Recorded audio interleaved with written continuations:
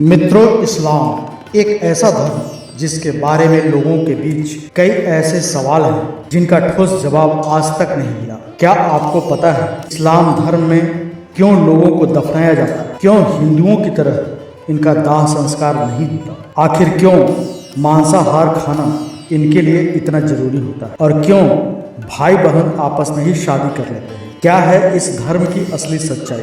इन सभी सवालों के जवाब जानने के लिए चलिए आपको ले चलते हैं आज इस्लाम धर्म के रहस्यों से भरी उस गली में जहां से खोदकर हमने यह जवाब निकाला। सबसे पहले जानते हैं मित्रों कि आखिर इस्लाम धर्म आया कहां से। दरअसल इस सवाल का जवाब जानने के लिए हमें रामायण की एक कथा पर गौर करना होगा। रामायण काल में जब श्री राम और उनकी सेना ने रावण के साथ सभी राक्षसों का वध कर दिया था, तब सिर्फ शूर्पणखा का ही वध नहीं किया गया था, बल्कि लक्ष्मण जी ने युद्ध से पहले उसकी नाक जरूर काट दी थी, जिसके बाद से शूर्पणखा अपने चेहरे को कपड़े से छुपा कर रखती थी। रावण की मृत्यु के बाद शूर्पणखा राक्षसों के गुरु शुक्राचार्य के पास चली गई और जंगल में उन्हीं के आश्रम में रहने लगी। राक्षसों का वंश खत्म न हो इसलिए शुक्राचार्य ने शिव जी की आराधना की। शिव जी शिवलिंग के रूप में वहां पर प्रकट हुए। तभी महादेव ने अपने स्वरूप शिवलिंग को शुक्राचार्य को देते हुए कहा कि जिस दिन कोई हिंदू इस शिवलिंग पर गंगा जल चढ़ा देगा उस दिन राक्षसों का सर्वनाश हो जाएगा। तब तक जो राक्षसों का वंश है इसी तरह से चलता रहेगा। अब शुक्राचार्य चाहते थे कि कोई भी हिंदू उस शिवलिंग तक न पहुंचे और राक्षसों का वंश कभी खत्म ही न हो।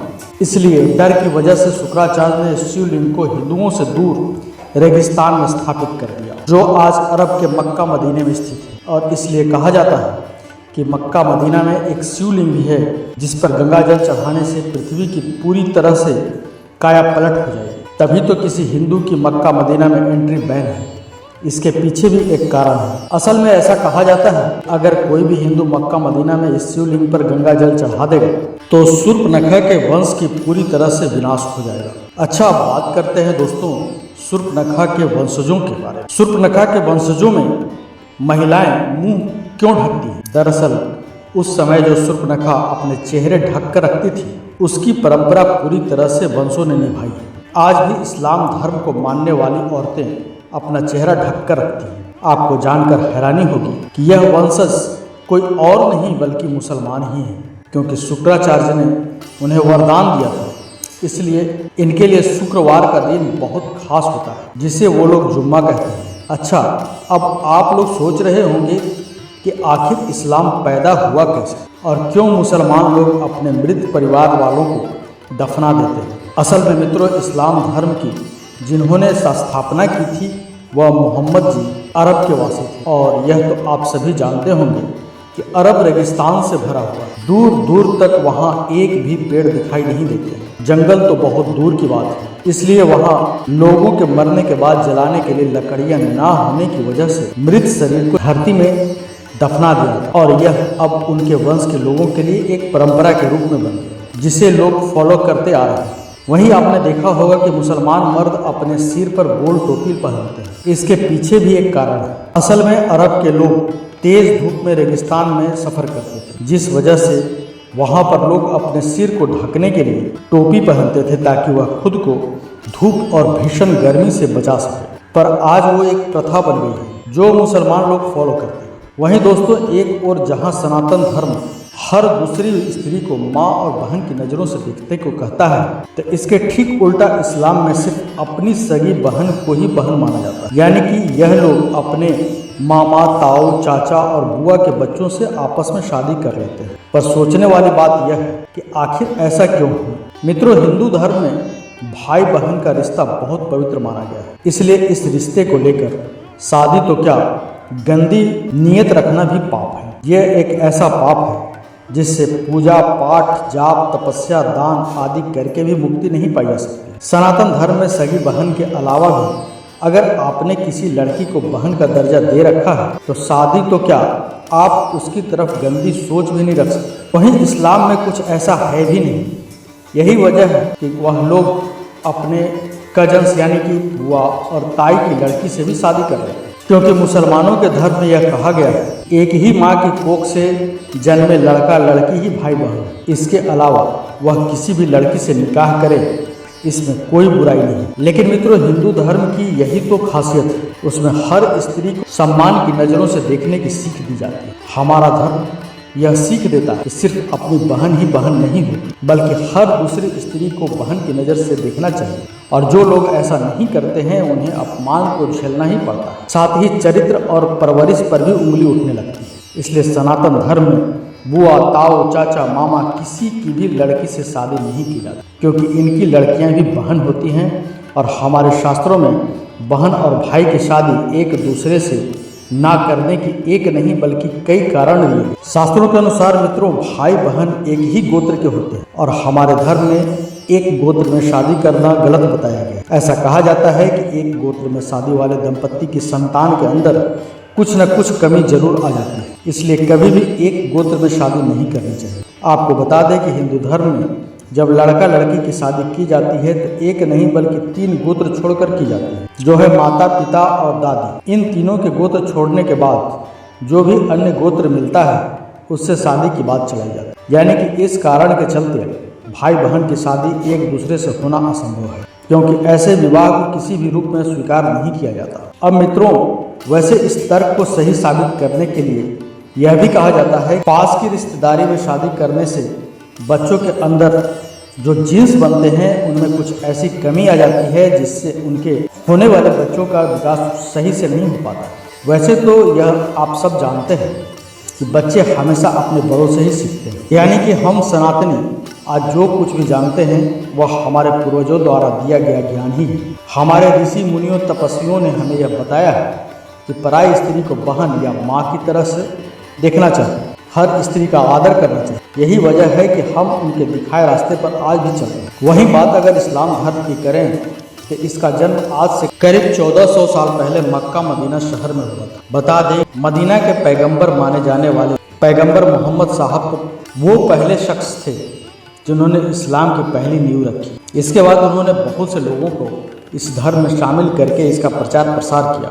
मक्का के बाद मदीना में इस्लाम धर्म का प्रचार बहुत तेजी से हुआ, जिसके बाद पैगंबर मोहम्मद ने ही अल्लाह के उपदेशों को सारी दुनिया में फैलाया, जिसके चलते जो ज्ञान का रास्ता मुसलमानों को दिखाया गया उस पर वह आज तक चल रहे हैं और अपने ही कजन्स भाई बहन से शादी कर भी रहे हैं। वैसे क्या आप ये जानते हैं दोस्तों, हमारे सनातन धर्म में दूसरी जाति में शादी करना बिल्कुल सही नहीं माना। कहते हैं जब आप किसी दूसरी जाति के लड़के या लड़की से शादी करते हैं तो 2 अलग अलग जाति वाले मूल गुणों का मिलन होता है। इससे आपके जो मूल गुण होते हैं उसका नाश हो जाता है। इतना ही नहीं, इससे भविष्य में आपके पूरे कुल का नाश होने का भी खतरा रहता है, क्योंकि इंटर कास्ट मैरिज से जो संतान होती है वह वर्ण संकर होती है और उससे पितरों और तर्पण का अधिकार नहीं होता। और यह तो आप सभी जानते ही होंगे कि हमारे हिंदू धर्म में तर्पण का कितना महत्व है। इसलिए जाति विवाह परंपरा मूल गुणों की रक्षा के लिए बहुत जरूरी माना गया। अच्छा दोस्तों, क्या आप ये जानते हैं कि एक भविष्यवाणी की माने